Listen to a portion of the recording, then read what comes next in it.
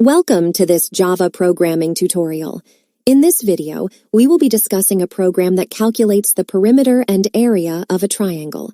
We'll explore each component of the program and understand how it works step by step. Let's dive in. In this program, we have two classes, AP and triangle.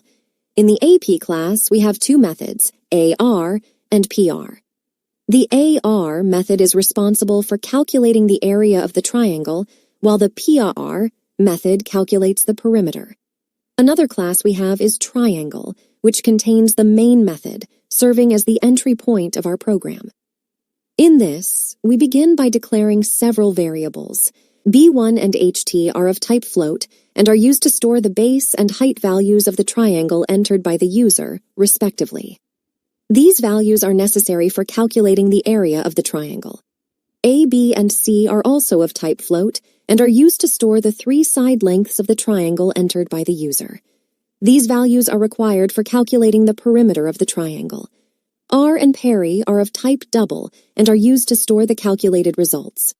AR stores the calculated area of the triangle, while peri stores the calculated perimeter.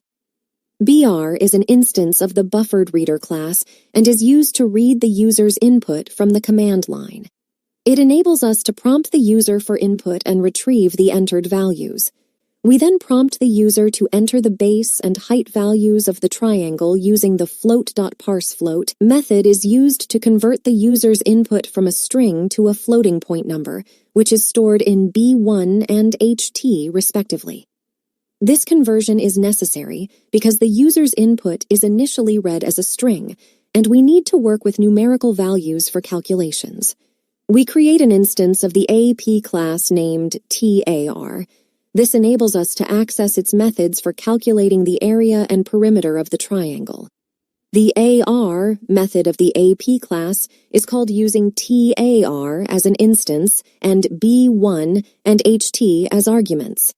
This method calculates the area of the triangle using the formula area equal to 0.5 multiply base multiplied height.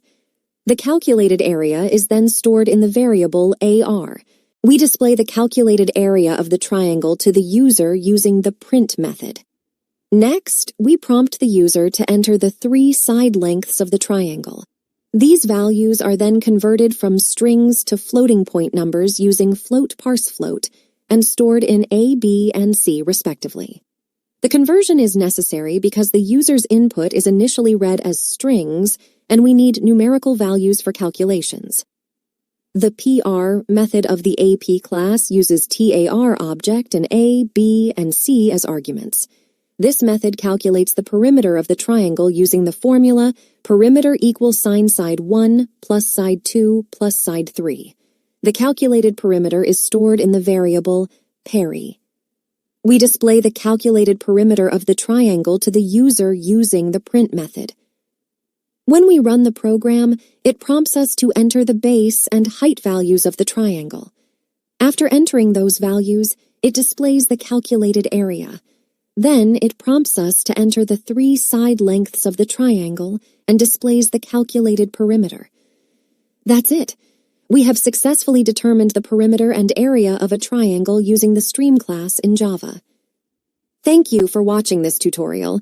If you found it helpful, please like, share, and subscribe to our channel for more programming tutorials and useful content. If you have any questions or suggestions, please leave them in the comments below. Happy coding!